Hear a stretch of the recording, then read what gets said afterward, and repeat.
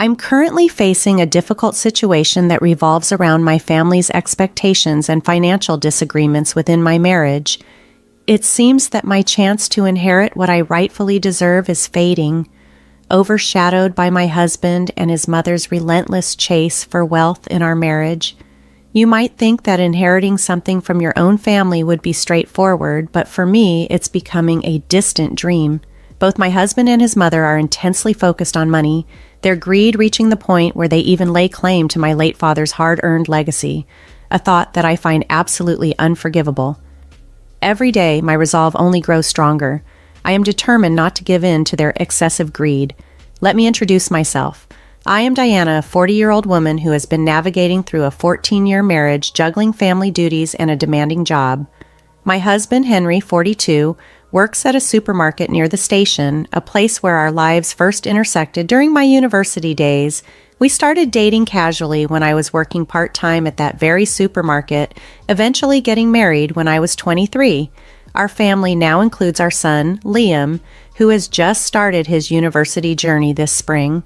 While I am committed to fulfilling my responsibilities, there is a troubling undercurrent in my life: Henry's reckless spending habits.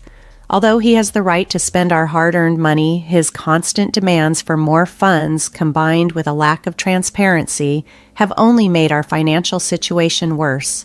When it comes to financial discussions, especially in front of his parents, the atmosphere turns into a battleground.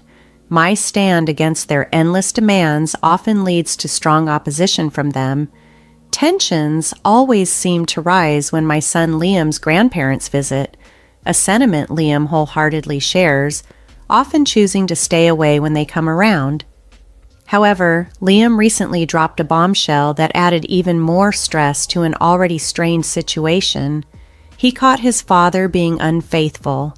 This revelation left me more heartbroken than furious, yet Liam's support gave me the strength to consider confronting my husband before making any major decisions. As I was gathering my thoughts on how to address this delicate issue, an unexpected situation arose.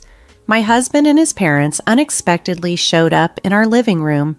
What appeared to be a casual visit quickly escalated when my husband suggested we all go on an expensive trip to Hawaii, casually mentioning that he needed $8,000 for the plan. My frustration boiled over, and I seized the moment to confront them, not only about their relentless financial demands, but also about my husband's betrayal. The room fell silent as the gravity of my accusation sunk in. When I confronted my husband about his infidelity, he initially denied everything, questioning the need for proof and defending his innocence. I countered by telling him that he had been seen entering a hotel with another woman. He tried to discredit the witness, our own son, which made me pause, not wanting to drag Liam into a messy confrontation.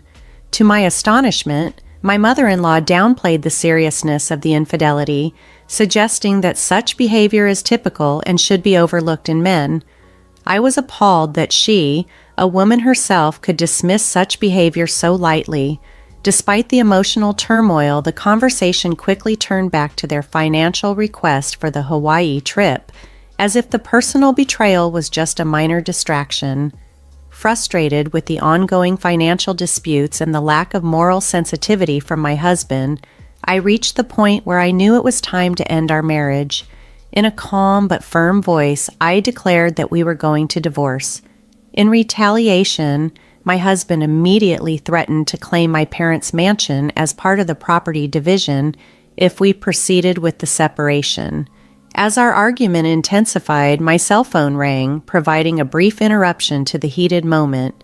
It was my uncle, my father's brother, with distressing news. My father had collapsed and was unconscious, rushed to the hospital by ambulance.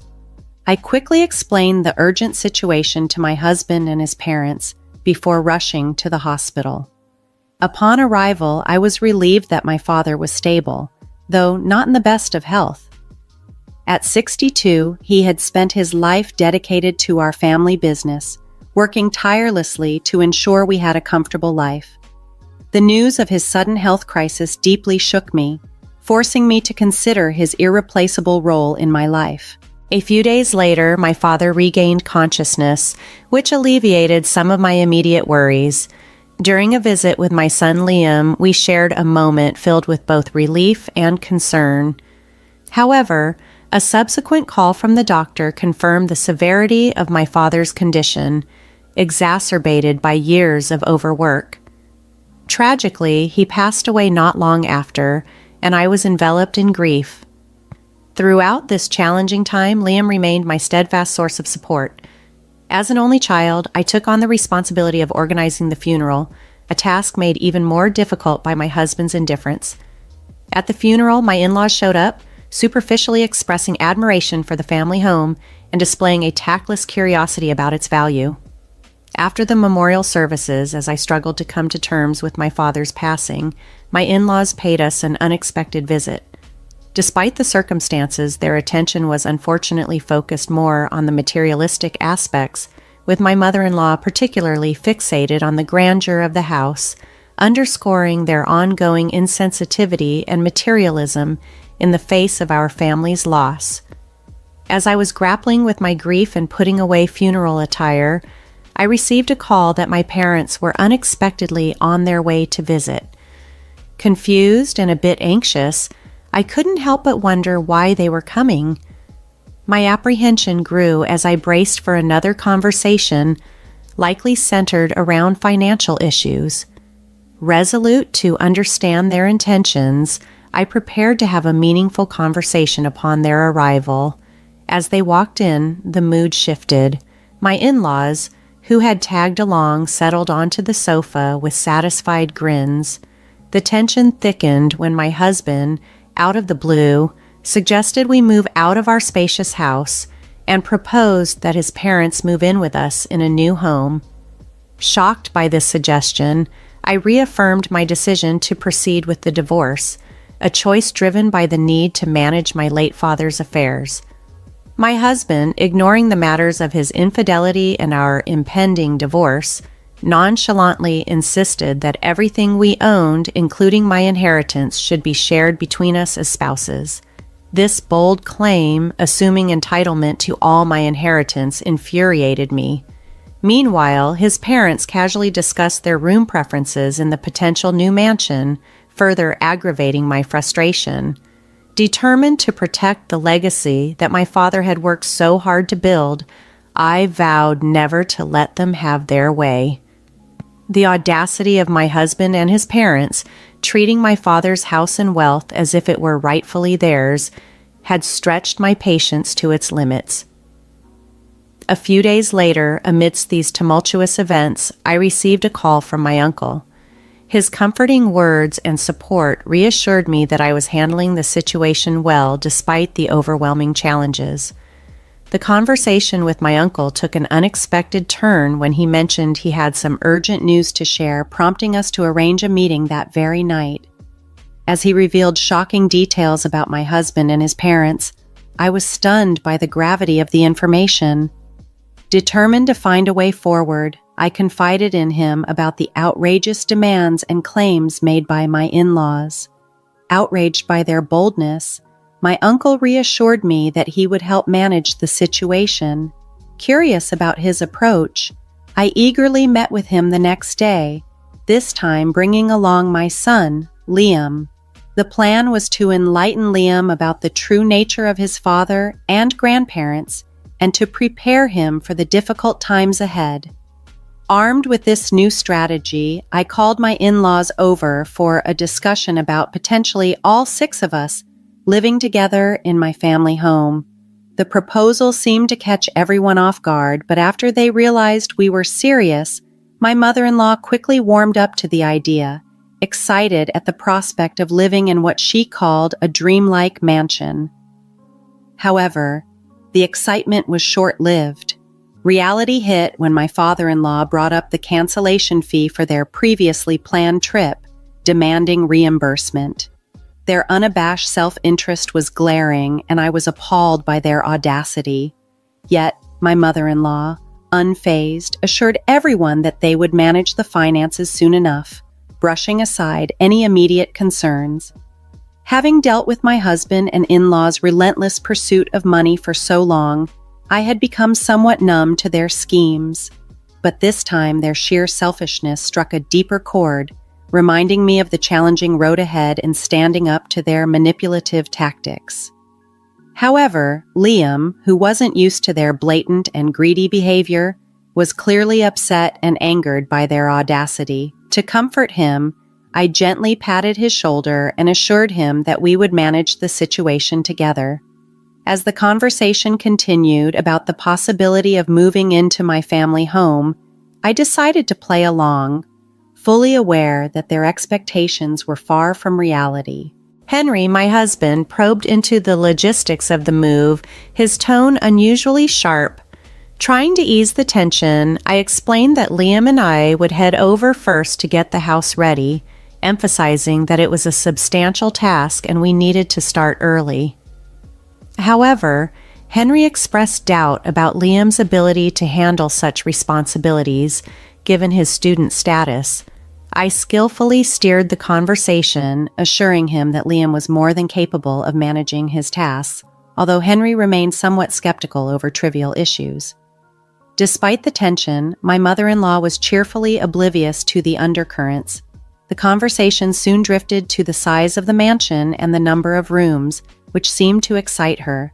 Seizing this chance, I told them they could choose their rooms first and even suggested a gradual approach to cleaning and organizing, considering my busy work schedule. My measured responses served to temporarily satisfy their expectations, leaving them pleased with what they perceived as a victory. In my mind, I harbored a plan to challenge their presumptions and bring their lofty expectations back to earth. The moving day was scheduled a month later, giving me some time to strategize and perhaps change the course of events to better align with reality and fairness. I was filled with a mix of anticipation and determination as the decisive day approached, the day when my husband and in-laws were expected to arrive with a moving truck, believing they were about to take possession of what they thought was their new home. Liam and I stood at the front entrance, ready to meet them. Ignoring my husband's attempts at humor, I noticed the sparkles of excitement in my in-laws' eyes, oblivious to the fact that their illusions were about to be shattered. As the gate swung open, my uncle, my father's brother, stepped out of the house. His presence was silent yet imposing. He confronted my husband and in-laws, leaving them puzzled. It was clear that my husband barely remembered my uncle from the funeral. Setting the record straight, my uncle asserted his ownership of the house and clarified the details of the inheritance distribution. The shock on my husband and in-laws' faces was evident as they came to terms with the gravity of their misunderstanding. Despite my uncle's assertive explanations, my husband tried to remain calm, seemingly attempting to gloss over the confrontation. However, the tension escalated when Liam stepped in, accusing his father of infidelity. This revelation left my husband visibly shaken and exposed, unable to deny the truth his son had unveiled about him being seen entering a hotel with another woman, a suspicion I had harbored, which was now confirmed. When confronted, my husband adamantly denied the accusations, refusing to admit to his wrongdoings. Liam, distressed by his father's actions and their impact on our family, urged his father to leave our lives for good. Despite this emotional plea, my in-laws were still primarily focused on financial matters, insisting on a formal division of property. Their relentless pursuit of financial gain starkly contrasted with the emotional turmoil our family was experiencing, highlighting their indifference to the personal pain they were causing.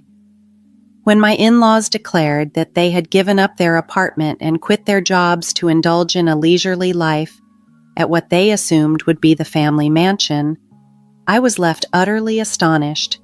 It was even more shocking when they disclosed that both my husband and father-in-law had resigned from their jobs, planning to rely solely on what they believed would be their share of my father's inheritance. bewildered by their rash decisions and presumptuous expectations, I stood firm, asserting my rightful claim as my father's child and anticipating a fair division of his substantial property.